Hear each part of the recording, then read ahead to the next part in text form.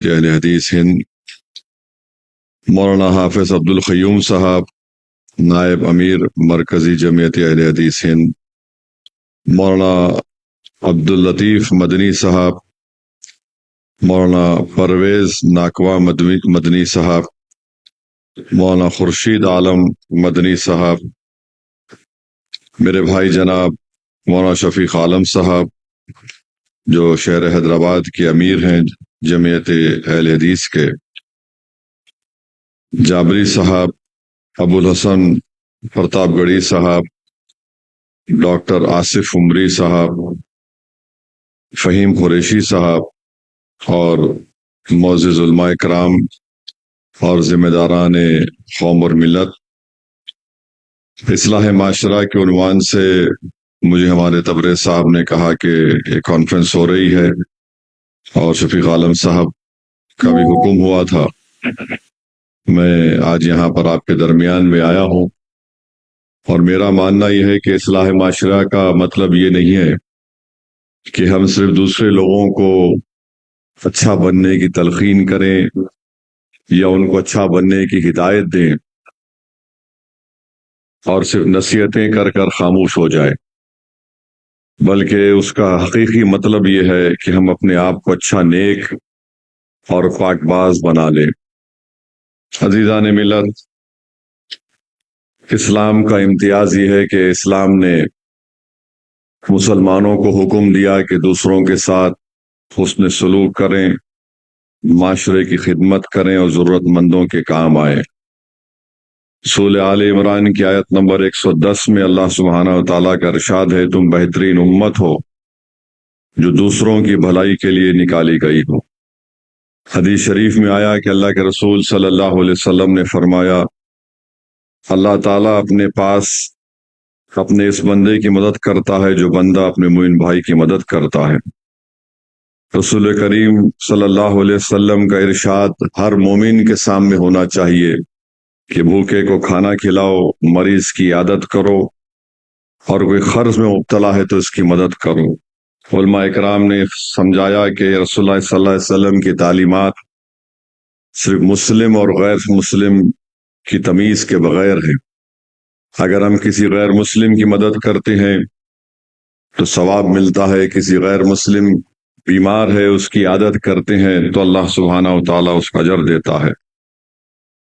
اور علماء کرام نے لکھا کہ جب اللہ کے رسول صلی اللہ علیہ وسلم پر جب پہلی وحی نازل ہوئی تو رسول اللہ صلی اللہ علیہ وسلم غار حرا سے اپنے گھر تشریف لائے اور ہماری امت کی ماں آپ کی اہلیہ حضرت بی بی خدیجہ سے فرمایا کہ مجھے اپنی جان کا خوف ہے۔ تو علماء کرام نے ہم کو سمجھانے کے لیے بتایا کہ جو جواب امت کی ماں نے دیا، انہوں نے جواب دیا کہ اللہ آپ کو بے یار و مددگار نہیں چھوڑے گا، آپ لوگوں کی مدد کرتے ہیں، بیواؤں پر رحم کرتے ہیں، یتیموں کی دستگیری کرتے ہیں، ٹوٹے رشتہ داروں کو ملاتے ہیں، ضعیفوں کا بوجھ اٹھاتے ہیں۔ تو میرے عزیز دوستوں اور بزرگوں، اگر ہم کامیابی چاہتے ہیں دین اور دنیا میں تو اس بات کو جو ہماری امت کی ماں نے اللہ کے رسول صلی اللہ علیہ وسلم کے بارے میں فرمائی، اس کو ہم کو سامنے رکھ کر ملوز رکھنا پڑے گا۔ خلفائے راشدین اور صحابہ کرام کی زندگیاں انہی اوصاف کا مجموعہ تھی۔ صدیق اکبر ہے، کمزوروں کو خرید کر غلاموں کو آزاد کر رہے ہیں، بیواؤں کے اور ضعیف عورتوں کی بکریاں ہیں، بغیر پیسے لیے اس کو چروا دیتے۔ فاروق اعظم ہے، بیت المال کو بنایا اور کہا کہ غریب، معذور اور پاہج کو اس سے مدد کی جائے گی۔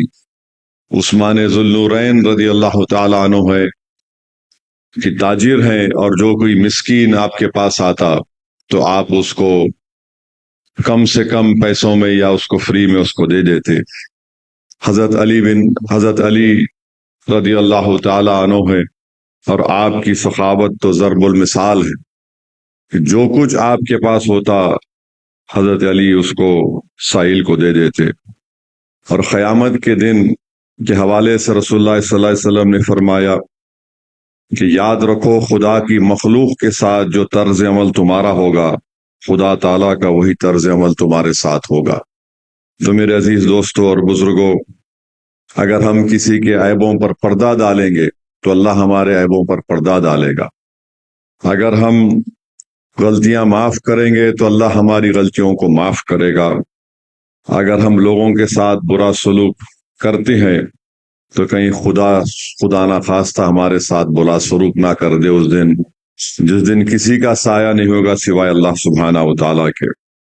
اصلاح معاشرہ کا ایک جلسہ ہے، ہم کو ہمارے نوجوان نسل کو ڈرگس کی، شراب نوشی سے بچانے کی بہت بڑی ذمہ داری ہمارے پاس ہے، اور خود حکومت ہند کے اعداد و شمار یہ بتاتے ہیں کہ چرس کی لعنت اس ملک میں 3 کروڑ 10 لاکھ لوگوں کو لگ چکی ہے، اور ان کی عمر 10 سال سے 75 سال کے درمیان میں ہے۔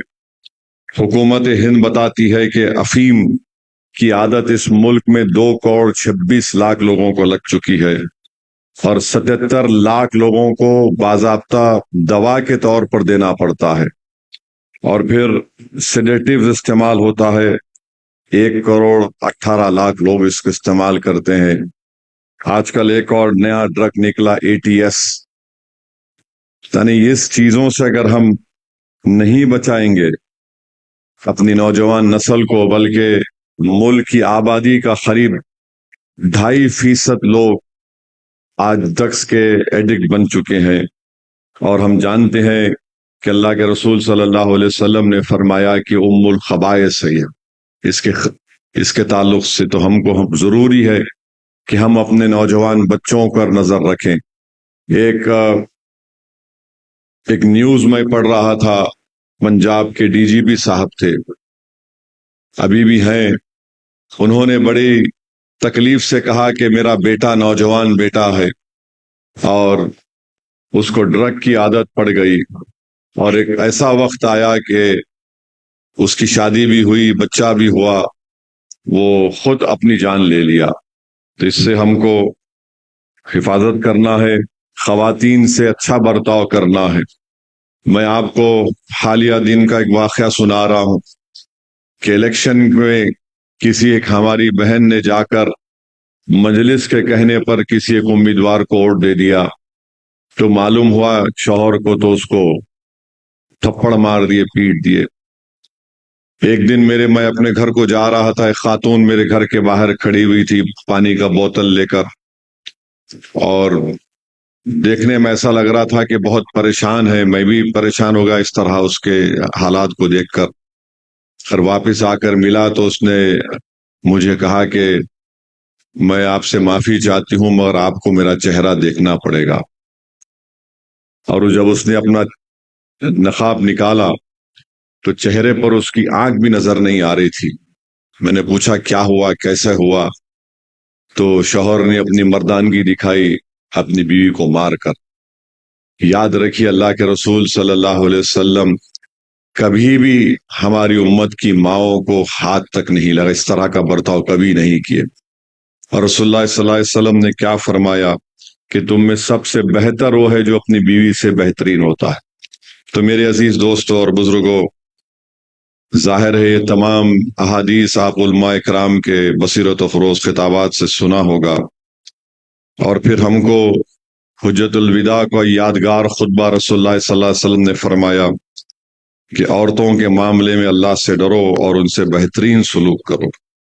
تو میرے عزیز دوستوں اور بزرگوں، یہ دین جس وقت رسول اللہ صلی اللہ علیہ وسلم نے اسلام کی تعلیم کی دعوت دی، توحید کی دعوت دی، اس وقت عورت کے پاس کچھ نہ مقام تھا نہ عزت تھی، بلکہ وہ جائیداد کا حصہ بن جاتی تھی اس کے شوہر کے انتقال کے بعد، جو اس کے بیٹوں میں یا اس کے سوتیلے بیٹوں میں تقسیم کی جاتی تھی۔ والدین کے ساتھ حسن سلوک، جہاں پر قرآن نے ہم کو، اللہ نے فرمایا کہ اف تک مت کہو، آج ہم دیکھتے ہیں کہ ہم کس طرح ایک ایک واقعات کس طریقے سے ہمارے سامنے آتے ہیں۔ رحمت اللہ عالمین صلی اللہ علیہ وسلم نے فرمایا کہ اپنے باپ کے آگے مت چلو اور اپنے باپ کے بیٹھنے سے پہلے مت بیٹھو۔ آج وہی اولاد اس امت کو ایسے ایسے واقعات ہم سنتے ہیں ماں باپ سے برتاؤ کے کہ شرمندگی محسوس ہوتی ہے۔ اور رسول اللہ صلی اللہ علیہ وسلم کی حدیث ہے کہ جنت کی خوشبو 500 سال کے سفر سے دوری پائی جاتی ہے، مگر والدین کا نافرمان اور رشتہ توڑنے والا جنت کی خوشبو کو نہیں پائے گا۔ تو اس چیز کو ہم کو یاد رکھنا ہے۔ بہرحال میں زیادہ وقت لیے بغیر کہوں گا کہ رشتہ داروں سے حسن سلوک، پڑوسیوں کے حقوق، اور رسول اللہ صلی اللہ علیہ وسلم کی حدیث ہے کہ رسول اللہ صلی اللہ علیہ وسلم کی خدمت میں عرض کیا گیا کہ رسول اللہ صلی اللہ علیہ وسلم فلاں عورت کے بارے میں سنا کہ بہت نماز پڑھتی، روزے رکھتی، خیرات کرتی، مگر ساتھ ہی ہمسایوں کو بہت ستاتی ہے۔ تو رحمت اللہ عالمین صلی اللہ علیہ وسلم نے فرمایا وہ دوزخ میں جائے گی۔ پھر آپ کے سامنے عرض کیا گیا کہ ایک عورت ہے جو کم نماز پڑھتی، کم روزے رکھتی، خیرات بھی دیتی ہے، تو وہ بھی سوکھے پنیر کے ذرے دیتی ہے، مگر اپنے ہمسایوں سے اچھا رہتی ہے، فرمایا وہ جنت میں جائے گی۔ تو میرے عزیز دوستوں اور بزرگوں، یتیموں اور بیواؤں سے حسن سلوک، جانوروں سے حسن سلوک، یہ دین کی تعلیمات میں سب چیزیں ہیں۔ اگر ہم اس پر عمل کریں تو ضرور ہم کو دین اور دنیا میں کامیابی ملے گی۔ ابھی حضرت فرما رہے تھے غم کو کیسے دور کرنا۔ آج کل ایک بہت بڑی انڈسٹری بن چکی ہے سائیکیٹرسٹ کی، سائیکو انالیسس کی۔